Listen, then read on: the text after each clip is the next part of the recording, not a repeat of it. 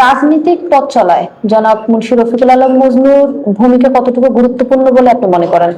অবশ্যই উনি যেহেতু আমাদের ফেনী একের অভিভাবক এবং উনি আমাদের এমপি, অবশ্যই ওনার ওনার ওনার গুরুত্ব আমি মনে করি।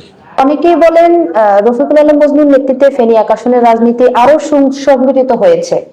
আপনি তার নেতৃত্বকে কিভাবে মূল্যায়ন করবেন? অবশ্যই মূল্যায়ন করি। রফিকুল আলম মজনু ভাই উনি একজন ভালো মানুষ। উনি ছোট হইতে বড় পর্যন্ত সবার সাথে উনি কথা বলে এবং সবার সাথে মিশে। আমি ওনার এটা আমি অবশ্যই মনে করি আর কি। যদি আপনি চেয়ারম্যান হন তাহলে আগামী 5 বছর 5 বছরে ফুলগাজীকে কোথায় দেখতে চান এবং ফুলগাজীকে নিয়ে আপনার একটা ভিশন বা মিশন কি? আমি ফুলগাজী তৃণমূলের যেখানে এখানে আমাদের গরিব এলাকা, এখানে আমাদের প্রধানমন্ত্রী বেগম খালেদা জিয়া হইলো গত 17-18 বছর যে পেসিস সরকার আছিল, আমাদের বেগম জিয়ার এলাকা হিসেবে এখানে কোনো কাজ করা হয় নাই।